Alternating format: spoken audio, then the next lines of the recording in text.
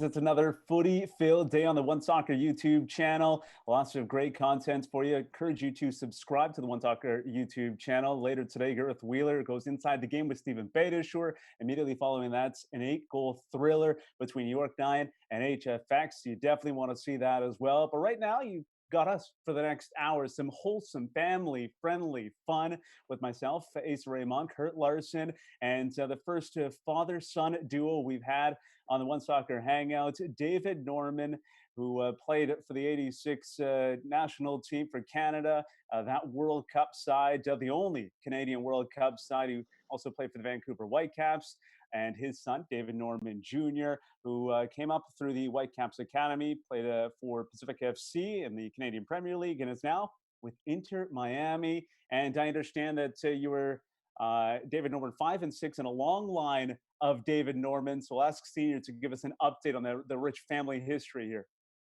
That's great. First of all, thanks for having us on, Curtis and Asa. Great to be here. Good to see David as well. We get to FaceTime him every now and then, but also good to see him. We haven't seen him for quite a while. So yeah, our family has a pretty rich history in both Coquitlam, from Coquitlam, British Columbia, BC, and I would say Canadian soccer. As you mentioned, my dad is number 4 in a row of David Normans. I'm number 5, and you're looking at junior number 6. My dad coached soccer in Coquitlam back in the days when it was volunteer.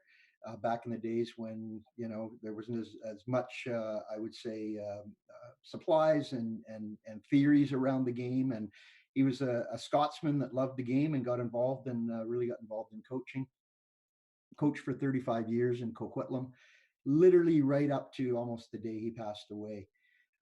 He was the founder, or one of the founders, of Coquitlam Metroford Soccer Club, who have been one of the most successful soccer clubs in the last 25 years in Canada.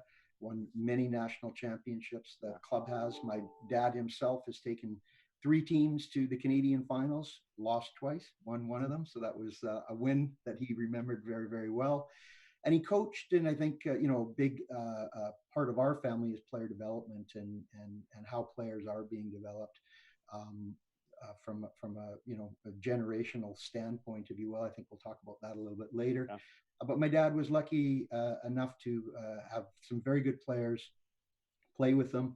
And you hear a lot of coaches say, "Oh, I developed this player, I developed that player," and they coached them for a month or 2 or 3 or 4 months. So I kind of include players that my dad coached for at least a couple of years that he helped develop. Multiple players that went on to play for some great Canadian and American universities, and some great names in Canadian soccer that you'll remember. A few of them: Craig Forrest, Pat Onstad, Paul Dolan, 3 great goalies, funny enough. Frank Yallop, Randy Reagan, who played in the 1986 World Cup with me, was on one of his first teams. Jeff Onger, Carlo Corzine, along with Jeff Clark, Doug McKinty, Alex Barnettson, David Zauza, some players that played at a very significant level, either in a professional team, in a professional league, or for the Canadian men's national team. So I know he was very proud of that. Obviously, I got my passion for the game through my dad. I was playing with youth soccer in Coquitlam, was drafted by the Vancouver Whitecaps in 1979. I was their first round pick. If you remember, that was the year they won Soccer Bowl, so they picked last in the first round. Of course I remember. I don't think you remember. So they did pick me with the last pick in the first round. I was the first teenager taken in that draft in North America. They actually had me in training already with Stoke City in England. Played a few games with Telford under Jeff Hurst, was the manager there. So I had been away for about 3 or 4 months by the time they drafted me. Was very lucky to have a manager in Tony Waiters, who really believed in me with Vancouver Whitecaps and with the Canadian national team. And then a new manager came in, and was Johnny Giles, and he created a system for development for young players where we played 4 or 5 months in the League of Ireland, and then came back and were integrated into the Vancouver Whitecaps squad. So Johnny was an incredible manager, probably the greatest football mind that I've ever met personally. So he looked after me. Then in 1998, Junior was born. You can see how much we look alike, where he got his good looks from, of course. Okay. 5'8", no hair, good looking lad, 6'2". I'm still looking for the data at the time, but we'll sort that out later. And then so David came along in 1998 and has had a decent career so far, right up to about 20. He had a very good pathway through the Vancouver Whitecap system. Started there at 9 years old. Had a great pathway there. His first and only season in USL was the Whitecaps Player of the Year in that league. Got signed to a first-team contract, and unfortunately has battled some pretty serious injuries along the way since the last couple of years. So, hoping he can get fit soon and show what he's worth in Miami and continue on the Norman path. So, Dave, what I'm hearing here is a lot of pressure on the young one, David Norman Jr. How nice is it to be in Miami now and away from some of that family pressure? Yeah, it's good to be down here, but it's not really pressure, to be honest. It's more just, like the stories that I mentioned, being part of that. And I meet a lot of people and hear stories about my dad and his career, but then also just mentioning my grandpa. I still meet people to this day who say and tell me like what an impact that he had on their lives, on their careers. And so that really means a lot to me as well, just kind of seeing that. After hearing your family background there, I have one question for you, and that's: will there be a David Norman number 7? I'm sure. Yeah, I'm sure there will be. I think. Are you gonna follow? Yeah. You're gonna follow the lineage, and you're gonna do the same thing. You're gonna You're gonna go for it. All right, good. Like I heard that I was close to not being called David. Okay. But there was when David was about a month before being born, my dad was actually quite ill in the hospital, and my wife and I hadn't told him at the time that we weren't going to carry on the tradition. We were going to use David as a middle name. And my dad came out of, I wouldn't say coma, but came out of some very serious treatments. He had cancer at the time.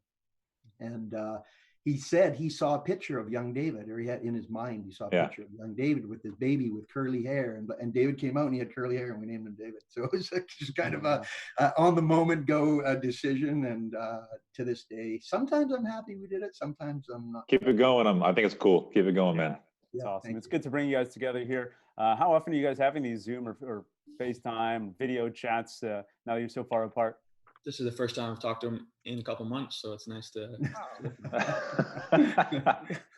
I'm glad we can have this moment then. Well, David is actually a real family guy, and he organized for our family this week Zoom Easter weekend. So we had about 25 people on, and it was hectic at times, but it was great to see family all over the country, and of course David from Miami, and him and one of his cousins organized it. Just got to hit that mute button. Well done. That's right. It's a good way to deal with it. Yeah. Good work, guys. It's so great to have both of you on for this show. Let's get to a bit of news now. We learned yesterday that the PFACAN was formed by CanPL players, so it's a union for professional male and female soccer players in Canada. And their goal is to give the player a voice. They advocate for players and the position of professional footballers within the Canadian football economy in order to make being an elite player a career of choice. And that's directly from the website pfacan.ca. So I ask you, Kurt, about this, you've had to really digest this for the past 24 hours now. Is this the best time for a union, given the current state of the game? Yeah, I just wanted to provide a bit of an update after, like you said, Ace, just kind of stewing on it a bit. Obviously not going to ask our guests to weigh in on this, but yeah, I think if you ask the players right now, that they'll say this is the right time, just based on recent things that have come out of the league. I have talked to players since then. I've had a few players send me messages to say some of the things that I've tweeted publicly is exactly what they agree with, and I'm on the right track. So if you want to look through my social media feed, that's kind of where the players are.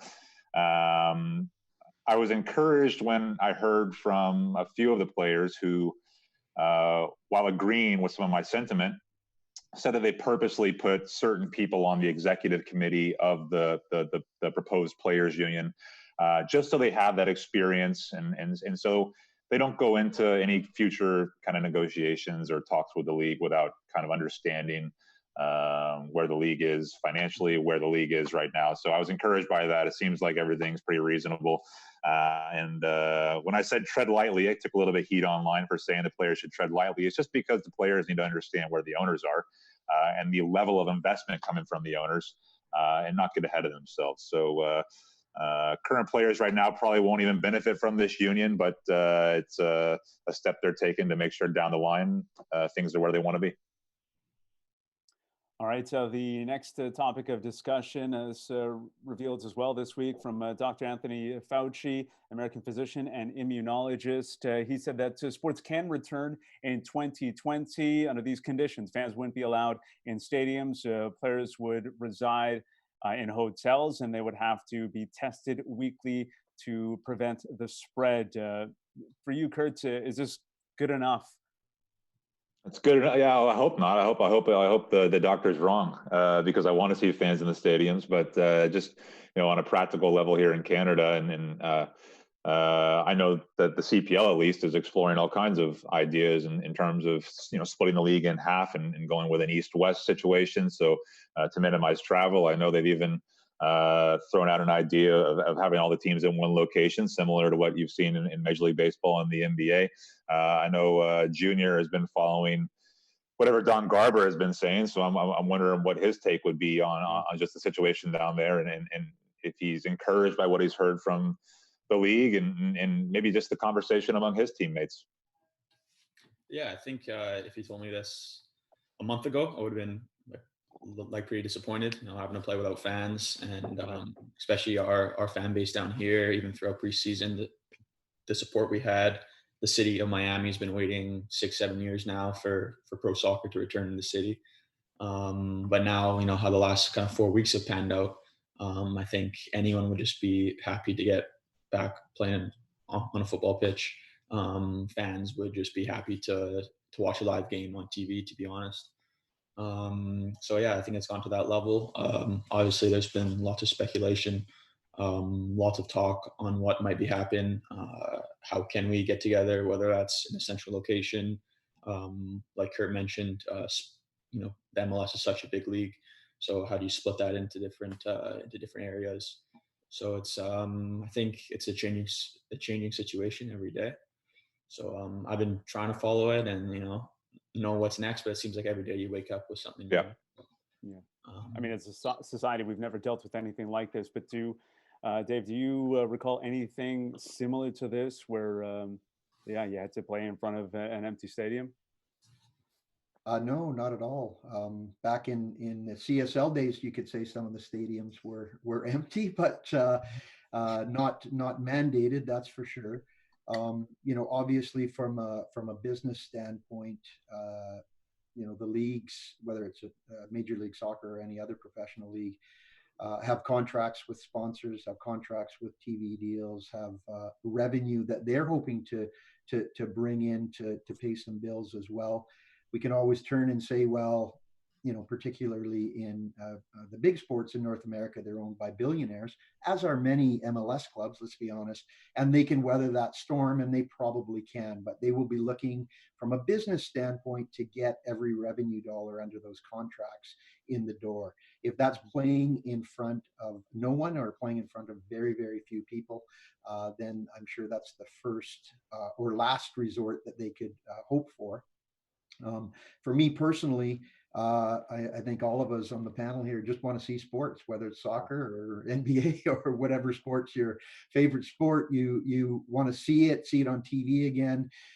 It would have a different feeling for me, I have to say, because when you see a goal scored in the MLS, they show the replay, and what's behind that replay? Fans cheering and fans going crazy, and that's a big part of it. And you won't see that. You won't hear the noise of the crowd. You won't hear the adulation of the fans and the flag waving and all of it that goes along with it. So it'll be a little different, that's for sure. But in a pinch, and if it's the only resort, I would resort to watch it for sure.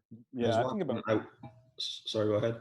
No, I just think about playoffs in particular, and hockey and basketball are getting right into or close to the playoffs if things resume. I just can't imagine a playoff atmosphere without the fans.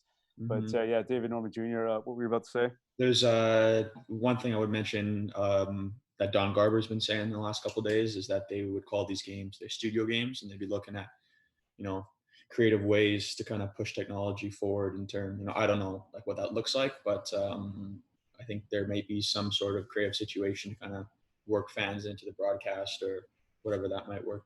Yeah, it's been tough. It's been tough. I can only, rerun of games and everything. And then I think the great unknown is, who makes the decision on when everybody comes back. I guess you could say it's the experts and the scientists, but then you go to the provincial level and all the provinces are kind of doing different things at the moment with closing things down through different points. I know Alberta has kind of shut things down through the end of May, while Ontario has said the middle of May. So then how do they get everybody on board to have that kind of collective mindset in terms of when things return? I guess we'll see. Yeah, we all miss sports, so let's get into a nice, fun sports topic now. Father-son duo, since we have the father-son duo here. We'll go to the youngster first, David Norman Jr. What's your favorite father-son duo of all time? In sports, right? Yeah, any sport, exactly. Okay. Any sport. I'm going to go with Peter and Kasper Schmeichel. Oh, wow. Stayed with soccer. Okay. Yeah, it's a bit out there, but to be honest, in all sports, I think they have the two best achievements, which would be Peter Schmeichel winning the treble in '99 and being a Manchester United supporter. It's something I've seen and watched the highlights, a lot of that, and then obviously Kasper Schmeichel defying all the odds and winning the Premier League with Leicester. So I'm gonna go with those two. I was at the World Cup. I was watching Peter Schmeichel's punditry. He was I think he was part of RT, and so he was excellent on TV. So I thought he was really entertaining. Yeah. Peter Kasper Schmeichel, that's a good shout. And on to you, Kurt. Who do you have? I don't know how you can be from North America and not choose the Mannings, the Manning family, as being the best father-sons duo, trio, whatever you will, just because of the success they've had in the championships they've won. So I'm going with the Mannings, but I do have a soccer one as well. And I'm not turning my back on North America like young Junior has by going overseas. So I'm going to stick with Canadian soccer royalty and go with the, now that I'm thinking, I'm going with the Bunburys, but I guess that's a little bit controversial too, isn't it? Yeah. Well, that's highly controversial. That's good. That's a good one. Your dual border status, Kurt, can. Yeah, I know. It's a good one, though. I once asked Teal Bunbury before the 2013 MLS Cup. It was in Kansas City. And so when you're at an MLS Cup and you're covering it as a journalist, typically what they do a day or two before is they basically just have the players available to you on stools, and you can go up and have a chat with them. And I asked Teal Bunbury, I said, do you regret playing for the United States? I think he has 3 caps, and I didn't put it this way, but basically, kind of turning your back on the Canadian national team. And he actually told me, no, I don't believe him. I don't know how you could say that, given that if he had played for Canada, I think he would have had a longer international career. But that's what he told me. There's a little side story before we get seniors best duo. Yeah, and I just jump in on that a little bit. The interesting piece with that is in his day when he should have come and played for Canada, and we wanted him to come and play for Canada, he probably would have been an automatic starter. Where would he be now on that list? Third or fourth down the list. Still a fine player in the MLS. And obviously we would have loved him to play for Canada. I stayed in Canada. I went with hockey. Bobby Hull. Yeah. I think maybe I took yours. I don't know. That's pretty good. Whenever we go to hockey, I go quiet. I have nothing to add for hockey. I know. Bobby Brett's pretty good though. I was thinking about that. I used to follow hockey way more. Met Bobby Hull one time, and it was absolute. We were actually on the way to the 1984 Olympic Games, and he was on one of our flights, and was absolutely hilarious. But 18th and 4th in scoring in the NHL, both Hall of Famers for the NHL. I'm gonna stick with our Canadiana and stay with those two. Makes sense. Yeah, that's not bad. I like those two.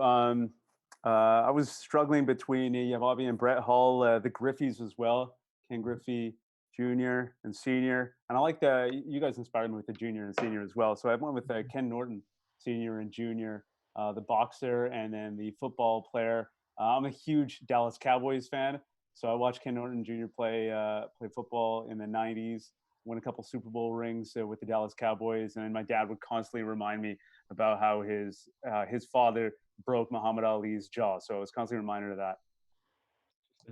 So those are my picks. Good, yeah, some decent ones. That's all right. Well done. With Steph and Del Curry. Yeah, Steph and Del. You know what I find interesting about this? We had Martin Nash on Tuesday, and we were trying to come up with siblings who played different sports, and it was very difficult. That's where we had Mark and Dan McGuire mentioned. But yeah, that was really challenging. But when you go with a father-son duo, and you try to find father-sons who played different sports, not as difficult. And I find that interesting because I guess the upbringing is similar, still very structured, and you have the genes, the genetics, but they for some reason can pick up another sport and have great success. I want to hear your take on that. You're like, what creates a situation where you pass along the genes, obviously, but the work ethic and everything else as well. Yeah, actually, I did see your interview with Martin Nash. Martin was a young player when he came through the 86ers. And, I personally kind of took him under my wing a little bit, and we got on very well. I thought he was a fantastic player right from the get-go. And when you were talking with him the other day, he mentioned the word passion a number of times, and I think it starts there. Is the passion. Watching games, talking about games in the family.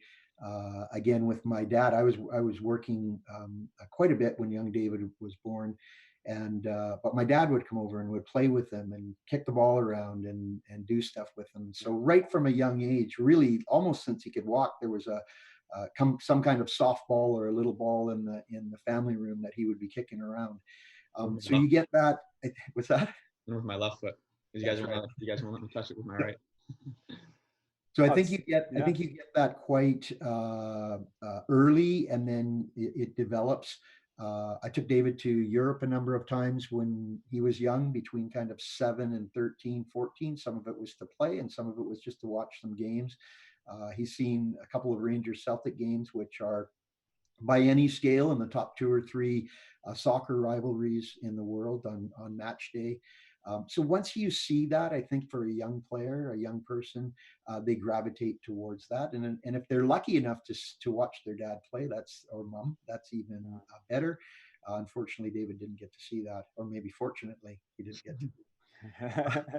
Yeah, let's get to that then. He didn't get to see your '86 World Cup trip to Mexico. Watched back some of the highlights, read the stories. I was too young to really remember it and watch it, but incredible feats, and you guys did fairly well at the tournament, all things considered. Didn't score a goal, but the 1-0 loss to France, I think if the current squad was playing against France tomorrow and lost to 1-0, wouldn't be the worst thing. Take us back there. Let's go back to 1986. Everyone with the long flowing hair and the Chevy Camaro and whatever else you're rocking out to. Just want to know what you recall from playing in that World Cup, David. Yeah, I think the single biggest thing for me would be, a couple of things. I had started and played, I think, 90 minutes in all 8 qualifiers. I had a really good camp the month before World Cup. Scored against England in a friendly in Colorado. Had played really, really well, and then found out about 3 days before the game that I was not starting in the first game against France.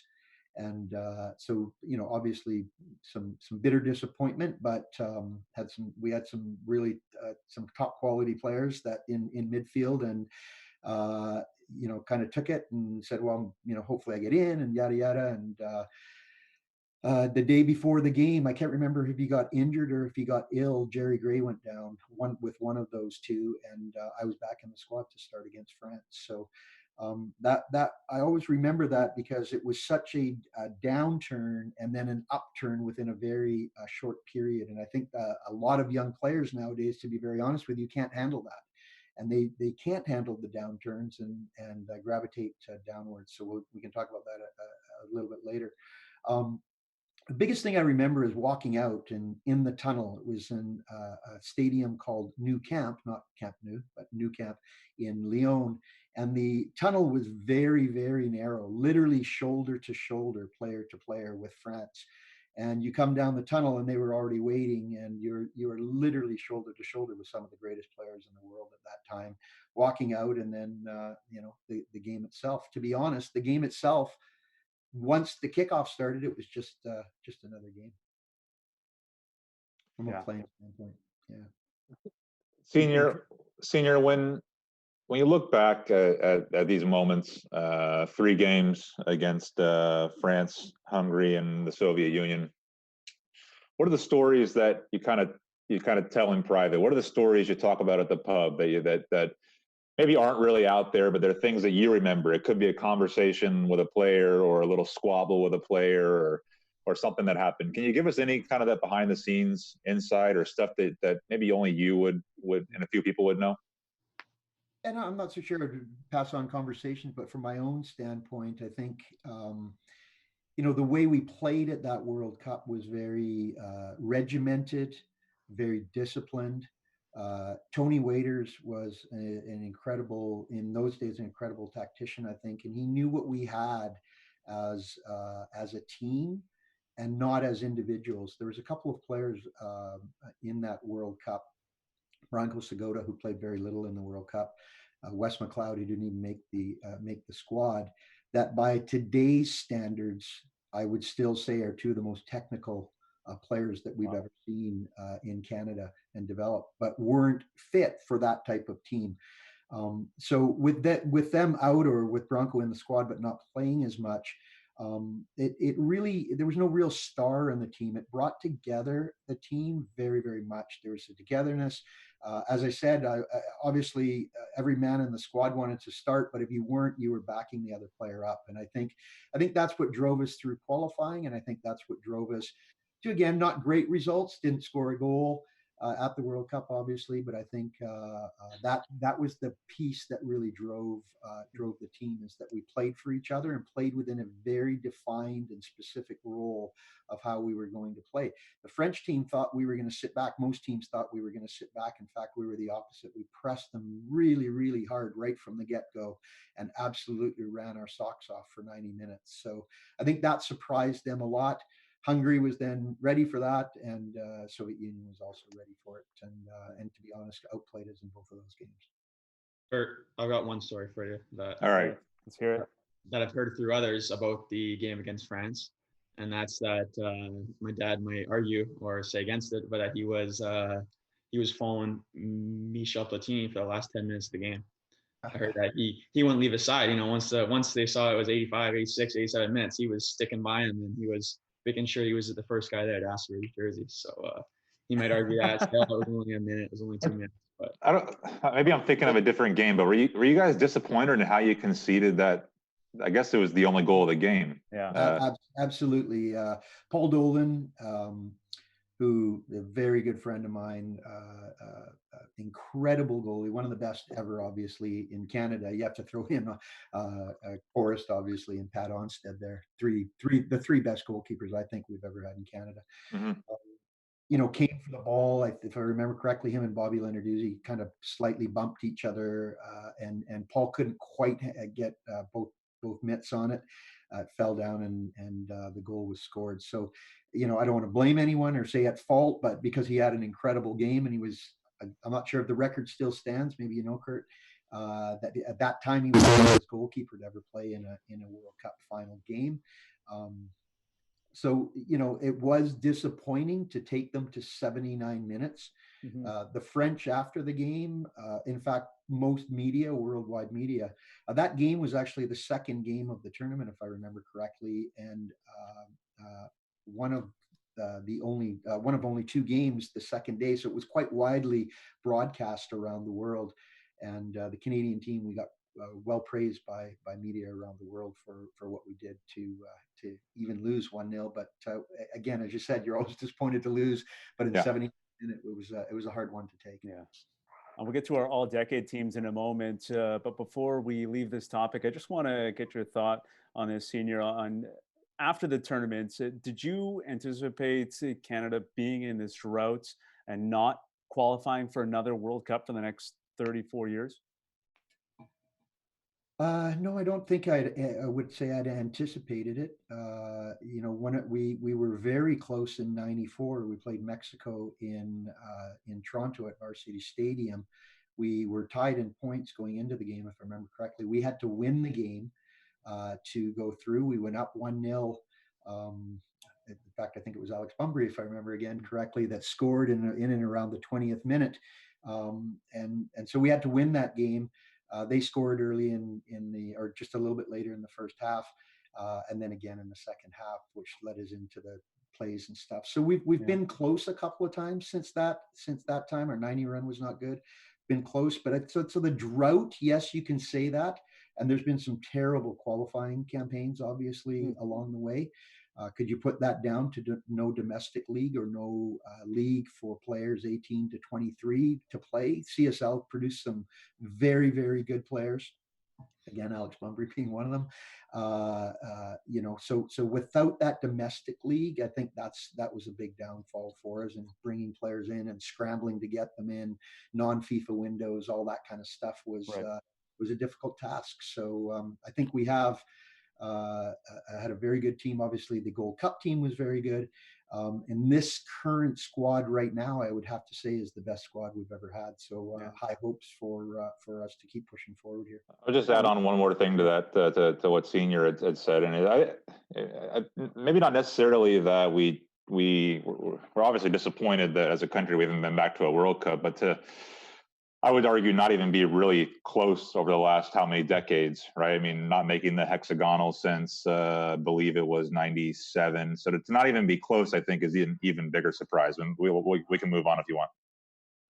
Yeah, let's get into the decade teams, and we're going to start from the 80s. But I'm going to flip it so we can get David Norman Jr.'s selection first. We'll start with the most current crop, the 2010s. Top 5 players you put on this all-decade team. Top 5. So first one is Atiba Hutchinson, and I think he should. I think, to be honest, he should top any list for. I think he's in my decade. He's in my decade actually, but I'll give him to you. He's probably crossed a couple decades, but no, he's been. I crossed it off. I have backups. Don't worry. Okay, all right. For both club and country, he's been fantastic. For me, being a center midfielder, watching him and seeing what he does has been brilliant. I went with Scott Arfield, which might be a bit important just as a Rangers man, but I think since he's chosen to play for Canada in the last 4.5, 5 years, he's been brilliant for them. Yep. I was close. I wanted to get a couple of CPL players in there. I was close to saying my good mates Marcel De Jong and David Edgar. So they'll be mad I left them off it, but I went with actually another goalie, Miljan Borjan. I think, again, for club and countries, he's been fantastic. He's been number 1 for a while. Yeah, unfortunately, he's going to be another one of those guys who have achieved so much in Europe and not really gotten the recognition back here. 1, because he didn't play in Major League Soccer, and 2, because the national team hasn't achieved much, right? So unfortunately, hopefully they get some. There's still time. He's, 32, but he has to be in your list, in my opinion. Yeah. And then the last 2, I went with the future and Alphonso Davies and Jonathan David. I thought I had to throw them in there, even though it's only been for, I think, since the 2017 Gold Cup is when Alphonso broke out, and Johnny was just after that. But you look at Jonathan David, he's, I think, scored a goal in every game or close to it, pretty much, that he's played for our country. And good group. Good list. Yeah. All right, where are we going? Mine? You're next, Kurt. Yeah. Okay, this is where I disagree with Senior a little bit, because he thinks the current group is the best national team that they've had since, I guess, making the World Cup. I actually disagree. I think I'm shocked when I looked at the players of the 2000s and the quality of player that Canada had, and to not reach greater heights. And yes, they were screwed in 1 Gold Cup, but to not do more than that 1 Gold Cup, it's a bit surprising. I'm crossing Atiba Hutchinson off my list because we'll give him to Junior because I'm a nice guy. Yeah. But Dwayne De Rosario has to be on your list if you're making a team of the 2000s. I don't think anyone can disagree with that. No one can disagree with Julian de Guzman. Nobody can disagree with Paul Stahl-Terry. Then we started to get into the debatable ones. So the first debatable one I have on there is Kevin McKenna. So I'd be interested to know if anyone has any disputes with Kevin McKenna. No, I put McKenna on that list. Okay, then then I got to pick from my 3 honorable mentions because Junior stole Atiba. So my 3 honorable mentions were Jim Brennan, Jason DeVos, and Lars Hirschfeld. And I'm going to go with Jim Brennan because I don't want him calling me or emailing me because I keep on leaving him off lists. I think I've made we made a few of these lists now, and I keep on leaving Jim Brennan off. So Jim Brennan's on my all 2000s team. You probably hear about don't think Devos is going to call? Yeah, exactly. Devos, he's a little quieter now that he's up with the national team true. and that setup, That's right? So he's yeah. But he'll hold it against me. I'll hear like 10 years from now somewhere, or we cross paths in Oakville or something, and I'm told that I left him off the list. I think Brennan will let you know I'd too. have to say from a of those 3, I would have to pick Jason, both from a national standpoint and from his club football as well. You don't want to receive a call from Jim Brennan. I'm telling you, this is why. I think you're going to get a call from him regardless. He's only in your squad because Hutchinson got called up. That's true. Hey, but if you're number 6 on my list of 5 and those guys are in front of you, I don't think you can complain too much. All right. Let's get into the 90s then. Craig Forrest, number 1. I don't think you can argue that. So Forrest gets into my lineup. Mark Watson in as well. Then I've got this stuff. Then I got Paul Pesky-Solido, Alex Bunbury, and Nick Dasovic. Whoa. So Hang on. Those are the 5 I've got. Honorable mentions to Frank Yallop, Carlo Corzine, Catliff, Leonard Hooper, Dominic Mobilio. Just on a personal level, that was really influential in the 90s. So yeah, that's my list. The 5, I feel pretty strong about those 5. Yeah, I got to be honest. It's hard for me to weigh in because I was born in '86, so I really started watching international football like in the mid to late '90s. So your list sounds great, Asa. Thank you. I'm same there. I only had 2 years in the '90s, so. What about senior? Do I get what kind of grade do I get on this? The top 5. I literally am going with an A+ on that top 5. Oh, beauty. Love it. Thank you. Yeah. Who do you have in the 80s? 80s is pretty tough. 80s is easy when you're my age. 80s is really easy. I could have done 70s if you wanted. So who do you have? How do you whittle it down to 5 though? I'm gonna go with my honorable mention first. Okay. Ian Bridge and Randy Samuel would be honorable mention. Center backs in our World Cup team and through much of that time, and arguably there may have been some better center backs since then, but arguably the best duo center back that we've ever seen for Canada, and we could maybe use them right now. I'm not sure. Yeah, Randy'd be great. Yeah. Carl Valentine and Mike Sweeney, another 2 players, I would have to say, and then the 2 goalies in our World Cup squad, Tino Lettieri and Paul Dolan. They would be on my honorable mentions list. Just name the whole squad then. What's that? Well, no, if you let yourself off, so that was okay. From 5 to 1, number 5, Bob Lenarduzzi. I think what his impact in soccer, in winning the soccer bowl, and I know it's 79 in the 70s, but then beyond that in club football, and also as a manager and as a founder basically of the Vancouver Whitecaps, 86ers moving to Whitecaps, what he's done for our country and what he both as a player and as an owner and manager has been incredible. And he was a very good defender and a very good player getting forward. He's almost at the edge of those fullbacks getting forward and really getting involved in the game. Mm-hmm. Number 4 was Jerry Gray, highly skilled and tough tackling midfielder. Was a player for me, not unlike Jonathan Osorio, could score goals, would get in good positions, good number 8, up and down the pitch. And of course, born in Glasgow, him and I hit it off right from the get-go. Number 3 is Wes McLeod, so a player very, underappreciated. I looked up a couple of his stats today. 6 times in a row on NASL's North American All-Star team that did start in the 70s, but went through the 80s, played for New York Cosmos, played for Indoor in Dallas, I believe it was, and just had an incredible career. Again, almost too skillful for our national team to only pick up 17 caps. And if I had to say to some of our younger listeners today and watchers today, I would say he was a David Silva type player. Wow. Wore the tassels on his socks, had a flair about him, and would be great if we could had other Canadian players develop like him. Number 2 for me is Bruce Wilson, our captain and leader. Probably could nip him into the 70s again as well. Much of his career was there. But fantastic leader, fantastic left back, unbelievably fit for his age when we hit the World Cup, and a great player. But my number 1 player for the 1980s would be Dale Mitchell. Dale had it all. He could play as a number 9, could play as a number 10, could play wide, so a very attacking player, could play as a number 8. In indoors specifically, Dale scored goals for fun, scored a lot outdoors as well, but scored for fun. Came off if I remember, a knee injury as going into the World Cup, so didn't start there and play as much as we probably should have had him. Could pick out a pass. He was incredible. And the other thing, he was from East Van. You're going to like him, Asa. He was from East Vancouver. Love it.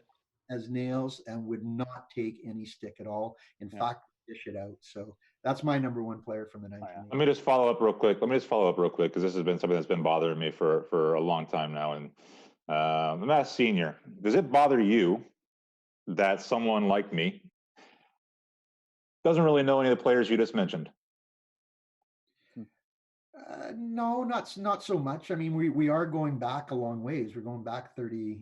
But I feel like if you go overseas and other places, and even into the United States, I mean, people know the history of the game. And I just feel like in Canada, and myself included, we don't really appreciate that there is a bit of history in Canadian soccer. So that's what I'm getting at. Does that ever bother you? Because nobody is a more historic figure. I mean, there are some, but you played at a World Cup. Nobody's a more historic figure than yourself. So it has to bother you a little bit. Yeah, and of course, around those times, Kurt, going to a restaurant or going out in your community, people did know you because it was, when we were in the World Cup, it was a big thing.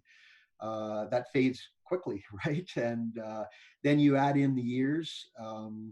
I wouldn't say it bothers me. I mean, if I was a 57-year-old player that played for England or Italy and I went down to the club, people are going to recognize you and come over and talk about football.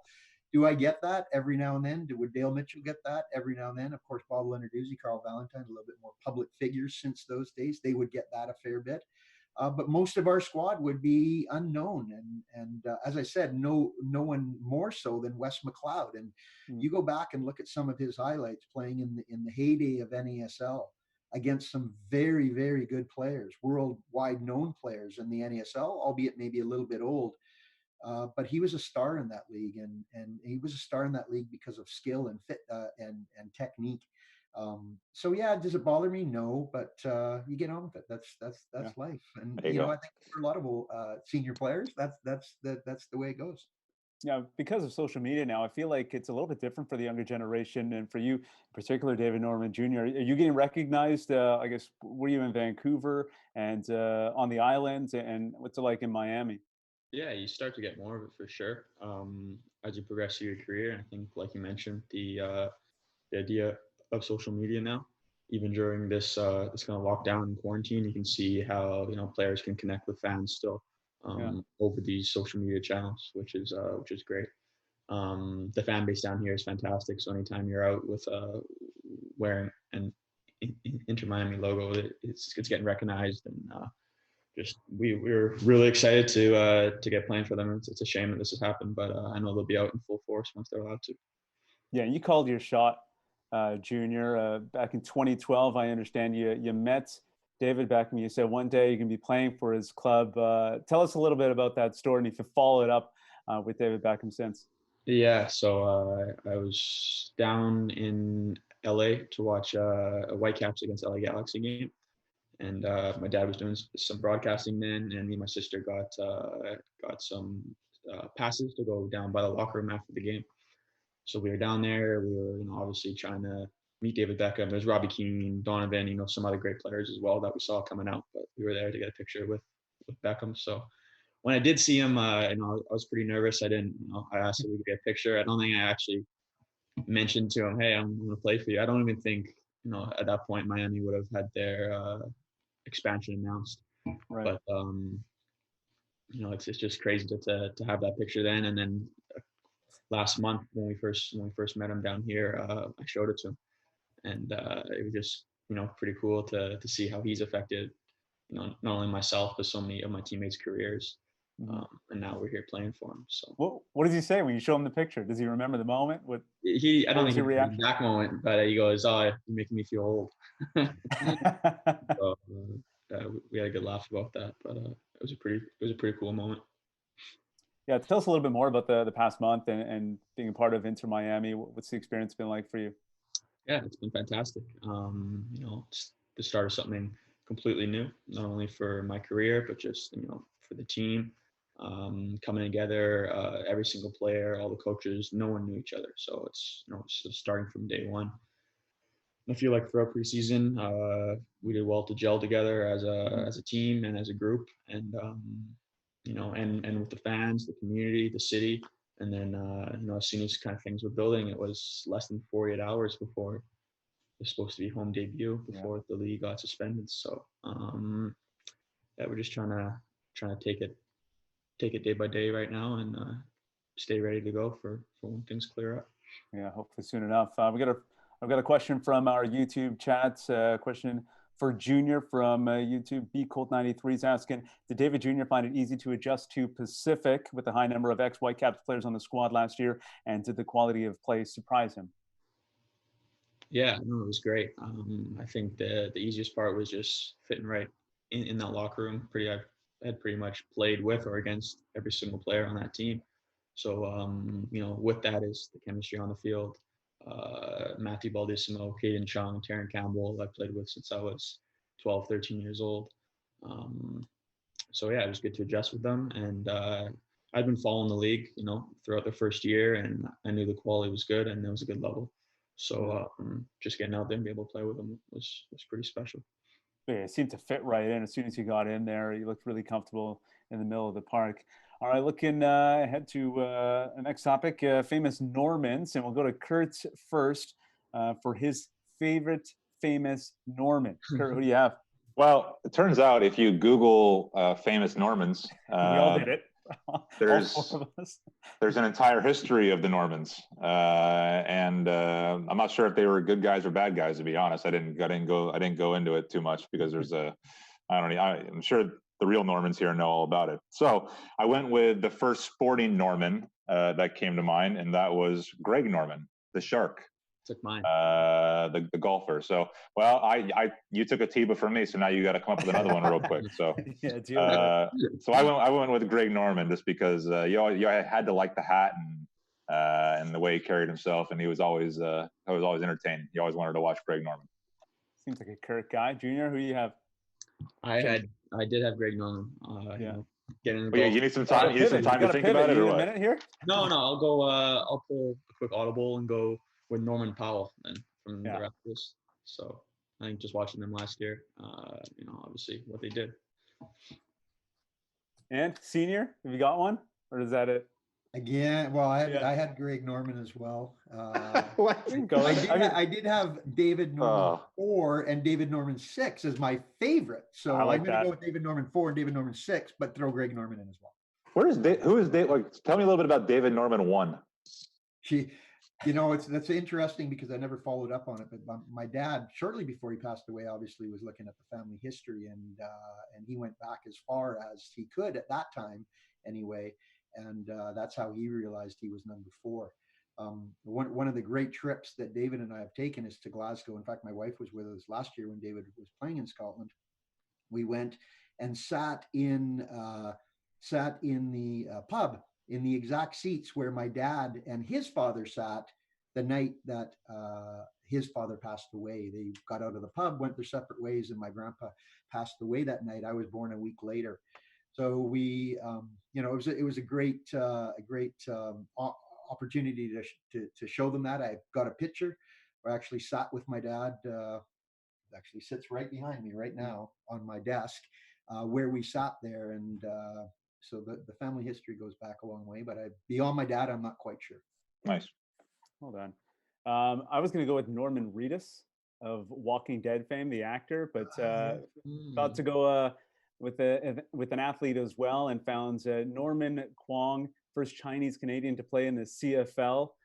Passed away in 2016, former Lieutenant Governor of Alberta as well. Yeah. So shout out to Norman Kwong and his family. So that's my favorite Norman as of yesterday or last night. Excellent choice. Excellent choice. Yeah, officially my favorite Norman. One thing I did find out in doing the research for our all-decade teams, just going back to that for a minute, is that a lot of the people I had in the 90s, and I think the 80s as well, were from the West Coast. BC guys, Coquitlam, Vancouver, so many from the West Coast. David Norman Sr. I want to ask you now. Always go to the West Coast, man. You're always back on the West Coast. Well, that's where a lot of the players came from back then. But currently, there's nobody really on the men's national team. The only one on the radar. Not a competition. But they aren't developing talent the way they used to be. So, David Norman Sr., I want to ask you why. Why is that? Wow, if I could answer that, I'd be working for BC Soccer, wouldn't I? I'm not so sure. I mean, in my day, most of the players on the national team did come from BC. Most of them. There was, in fact, one camp we had. It might have been that game against Mexico. Of the 20-odd players in the squad, 6 or 7 were from Coquitlam, where I was from. So one community. I'm not quite so sure why we've, since the kind of Jeff Onger days, Carlo Corazine days, we haven't produced a lot of players in BC. Again, I'm not ingrained enough to know why that is. Yeah. You think we would have more with Whitecaps coming on board? I mean, their academy has been around for about 12 years now, and still produce very few players that have gone on to play for our full Canadian men's national team. Of course, the youth teams, they always have players in, and it's getting, I think it's easy to get players to, or not easy, but it's able to get players to the under 15s, under 17s, under 19s, maybe the under 23s, but to push in that full professional. And we haven't really had a league here or a process or a system for players in that 17, 18-year-old age bracket to 23, 22, 23-year-old age bracket in BC. There's some missing years there, which happen to be the most crucial years in a young player's development. Yeah. And, I could go back to Marco Bustos and Adekubi and Keons Froze, players like that even, that were in that age bracket, not from BC necessarily, but couldn't push through into that next level. So I think we've collectively, not to blame anyone, but collectively really bundled that age group and had poor results out of that. Yeah, hopefully the next crop with David Norman Jr. Starts paving the way, get some more on that men's national team. We got a comment from the YouTube chat now. Joey Kenward, I think both of you guys know Joey Kenward. He says he's worked with both of you guys, so he knows you. And his comment is that no question, son has much better hair than father. So you just wanted to make sure that he told you guys that. Appreciate it, Joey. There's a reason I wear a hat for every show too. You don't want to see what my hair looks like right now. Everyone's struggling though, definitely with that. All right, time for a bit of rapid fire before we close things out here. We'll start with David Norman Jr. The most memorable goal you've scored, Junior. My most memorable is actually back for the first time I played for Canada. It was under 15s. We were down in Mexico City in a tournament one summer. Paul Stalteri, Ante Jazic were our coaches, and we were playing against Paraguay, and I scored a penalty to win 1-0. And my mom and my nana were both there. There's probably 20 other parents that had Canadian flags, and I remember scoring that penalty and celebrating with them in the first time playing for my country. So that's the most memorable for sure. Pretty good moment, but just a penalty though. I don't score a lot, so I got to take a win.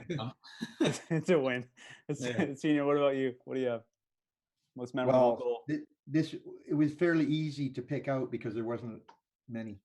So it was fairly easy to pick out. I think my best goal was on my debut for the Vancouver Whitecaps. They had won the Soccer Bowl in 1979, and in preseason, our last game before the 1980 season was going to start, we played against New York Cosmos, And I came off the bench and at about the 20th minute actually, and scored as a 17, 18-year-old. We beat them 1-0, and I scored. So that was a memorable night for me for sure. Not a lot of goals on this show. I went through 4 years of NCAA soccer and didn't score a goal. So Whoa. not a lot of goals here, Asa. Sorry. We had to go to under 15 in preseason to get our favorite goals. So. We actually, hey, I saw you spend some time at Oregon State, right? Yes, I did. Yeah. Yeah, I played Oregon State once, and we lost 2-0. So Robbie Fenley scored. I think he scored both goals that day. So anyway, a little bit of history there. Good. Toughest opponent you ever faced, junior? I got a good one for this. Didier Drogba. So in my He's first year in the USL, we played against Phoenix Rising. And actually, I remember sitting in the change room and we were going through the starting lineup and doing set pieces. And all right, who wants to mark number 9, Drogba? And everyone's gonna look at each other. So I go, sure, I'll mark. Why not?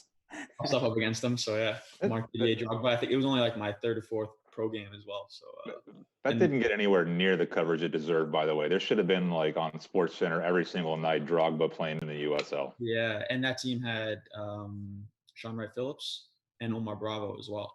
So I remember walking out. Omar Bravo, yeah, played tons of Sporting Kansas City legend.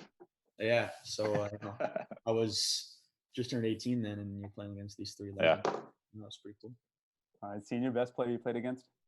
So I broke it down a little bit again because it's hard to say the best. But sure. Opponent-wise, the best player I played against was Johan Neskins. Played against him in both the NASL and indoor. And he was just, I think his play was probably, or his history is probably underwhelmed a little bit because he played with Johan Cruyff. Mm-hmm.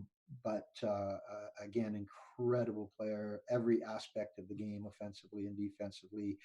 He had a great interchange with him at one point after Kansas City game in Kansas in indoor.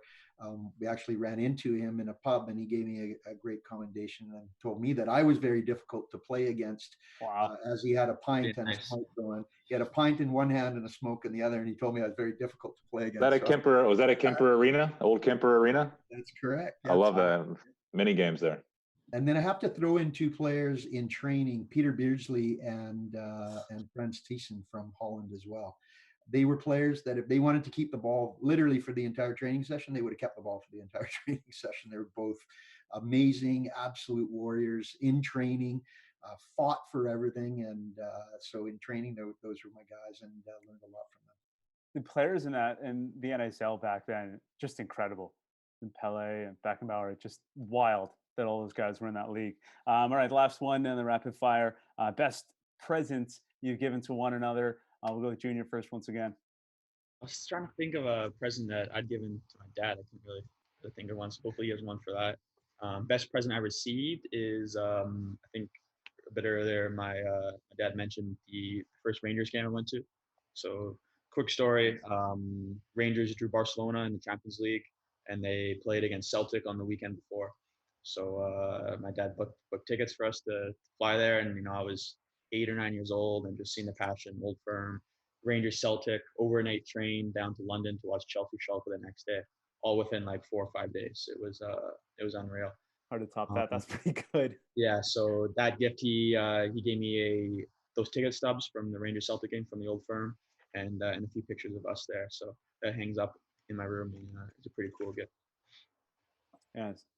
Finally, Senior, last one. Yeah, that was 4 or 5 crazy days. I phoned my wife on about the Wednesday and asked her if we could, if I could take David away for the trip. And, this is what's going on. There's 3 games. I can get all this stuff. And she agreed to it. And I was glad she agreed to it because it was already booked. Flights were booked and tickets were bought and everything was already done. So she was good with it. David is quite a deep thinker. And so most of his gifts to me are self-help books and books that I can become better. I'm reading Atomic Habits right now. And so he tries to make me a better person by giving me gifts that are usually good books. Yeah. Sir Alex Ferguson. Lots of good books. Couple of Fergie books for sure. Good stuff. Thanks so much for spending the hour with us. It was tons of content on our One Soccer YouTube channel. Kurt's 2 more shows tonight. What do we have going on the channel tonight? I don't know. I thought you were supposed to be reading this off. I'm just just seeing what we have on tap. We got Inside the Game. Gareth Wheeler's got Stephen Beitashour, and after that, HFX right. and Yorick 9. 8-goal, great game. That's a fun one to watch. So I want to thank everyone for watching us. We hope you enjoyed watching as much as we had chatting for the past half hour, hanging out, if you will. Thank David, Norman, Senior and Junior. For Kurt Larson, I'm Asa Raymond. I want to encourage everyone to stay inside and subscribe to our One Soccer YouTube channel. See ya. Thank you. Thanks, guys. Guys, appreciate it.